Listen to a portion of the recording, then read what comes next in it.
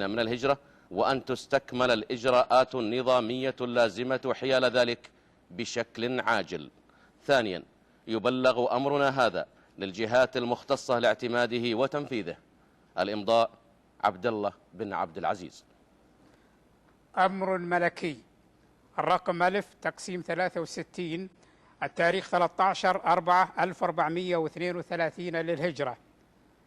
بعون الله تعالى نحن عبد الله بن عبد العزيز آل سعود ملك المملكة العربية السعودية، حرصا منا على توفير أسباب الحياة الكريمة للمواطنين وتأمين السكن المناسب لهم، وذلك انطلاقا من الأمانة الملقاة على عاتقنا تجاه أبنائنا وبناتنا المواطنين، واستشعارنا بمسؤوليتنا في هذا الشأن أمرنا بما هو آت.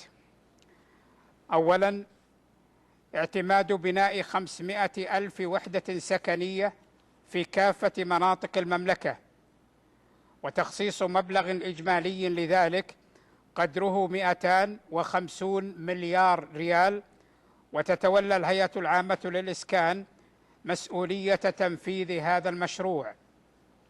ثانيا، تكون لجنة إشرافية برئاسة سمو وزير الشؤون البلدية والقروية ووزير المالية ووزير الاقتصاد والتخطيط الهيئة العامة للإسكان لوضع الترتيبات اللازمة لذلك والإشراف على هذا المشروع والرفع لنا بتقرير شهري.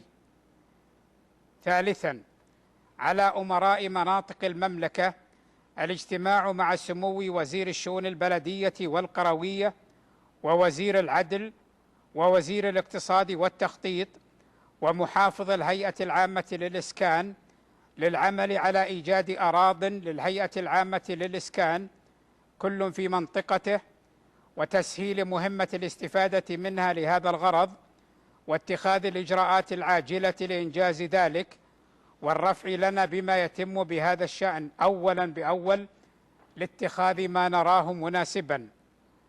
رابعا، تشكل لجنة من وزارة الشؤون البلدية والقروية ووزارة العدل ووزارة المالية والهيئة العامة للإسكان لحصر الأماكن التي لا تتوافر فيها أراضٍ حكومية وتتطلب الحاجة تنفيذ وحدات سكنية فيها، وعلى وزارة المالية اتخاذ اللازم لتوفيرها بشكل عاجل. خامسا، يبلغ أمرنا هذا للجهات المختصة لاعتماده وتنفيذه. الإمضاء عبد الله بن عبد العزيز.